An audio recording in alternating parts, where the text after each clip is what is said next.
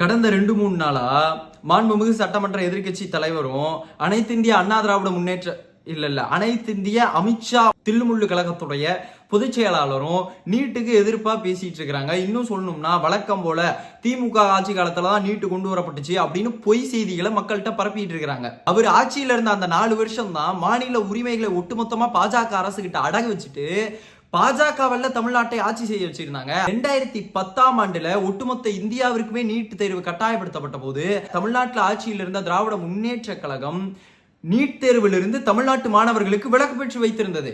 என்றைக்கு நீங்க ஆட்சிக்கு வந்தீங்களோ அப்போதான் நீட் தேர்வு தமிழ்நாட்டு மாணவர்களுக்கு கட்டாயமாக்கப்பட்டது.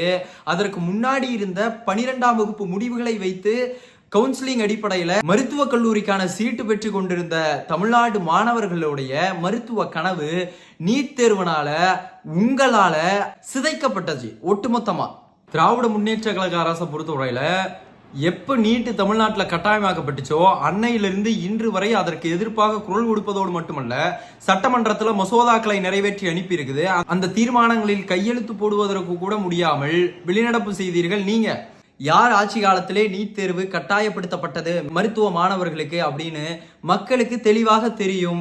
அதனால் உங்கள் பொய் பிரச்சாரங்கள் ஒருபொழுதும் செல்லுபடியாகாது. நீட் விலக்கிலும் தமிழ்நாடு போராடும், தமிழ்நாடு வெல்லும் தலைவர் தளபதியார் மு.க. ஸ்டாலின் அவர்களின் வழியில்.